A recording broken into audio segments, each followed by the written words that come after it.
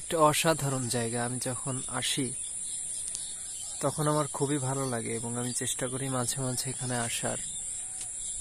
একটা বিষয় খেয়াল করুন, এখানে বাবুই পাখির বাসা, এবং এটা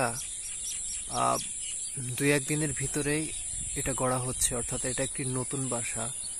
এবং এর আশেপাশে দেখুন অনেকগুলো পুরাতন বাসা ঝুলছে। সাধারণত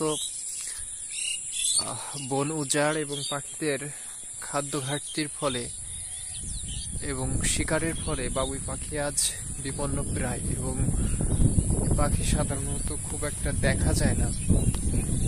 তবু এই দেখুন চারপাশের যে ফাঁকা মাঠ, এখানকার যে অসাধারণ একটা ভিউ, এমন একটা পরিবেশে একটি মাত্র গাছ, এখানে একটি মাত্র তাল গাছ বলা যায়, এবং সেখান থেকেই মাঠের ভিতরে একটি গাছ, এবং সেখানে দেখুন কতগুলো বাসা, এবং সেখানে বাবুই পাখিরা কিচিরমিচির করছে এবং তাদের মতো করে তাদের আপন কর্মের ভিতরে তারা কিন্তু নিযুক্ত আছে। এবং তাদের যে অসাধারণ প্রতিভা, এই পাখিটার দিকে একটু খেয়াল করুন, সে কিন্তু বাসা বুনছে।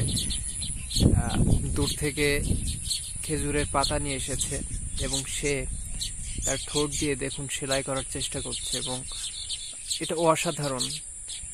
যদিও আমি ফোনের ক্যামেরাতে ভিডিও করছি, অর্থাৎ এটা অতটা স্পষ্ট নয়, তবু দেখুন একটু ক্লিয়ার ভাবে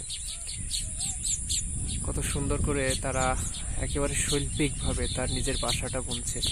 আসলে এই বাসাটা বোনার জন্য কিংবা বোনার পিছনে আসলে তাদের কিন্তু অনেক কষ্ট করতে হয় এবং অনেক পরিশ্রম করতে হয়, এবং পাখিরা মাত্রই পরিশ্রমী, প্রত্যেকটা পাখি পরিশ্রমী, এবং তাদের অত্যন্ত সংগ্রাম করেই জীবনে চলতে হয়।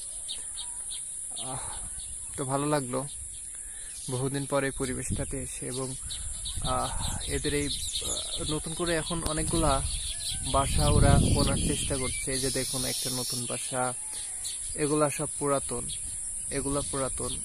একটা বিষয় খেয়াল করুন, এই বাসাটার কিন্তু দুইটা ছিদ্র, একটা দিয়ে ওরা প্রবেশ করে আর একটাই বাচ্চা পালার জন্য রেখে দেয়। এটা কথিত আছে যে যখন কোনো সরীসৃপ জাতীয় প্রাণী, বিশেষ করে সাপ জাতীয় প্রাণী যখন বাসাতে আক্রমণ করে, তখন তারা অনেকটা হেজিটেশনে ভুগে এবং তারা অর্থাৎ ভুল পথে অগ্রসরিত হয়, এবং তারা পাখির বাচ্চার নাগাল পায় না কিংবা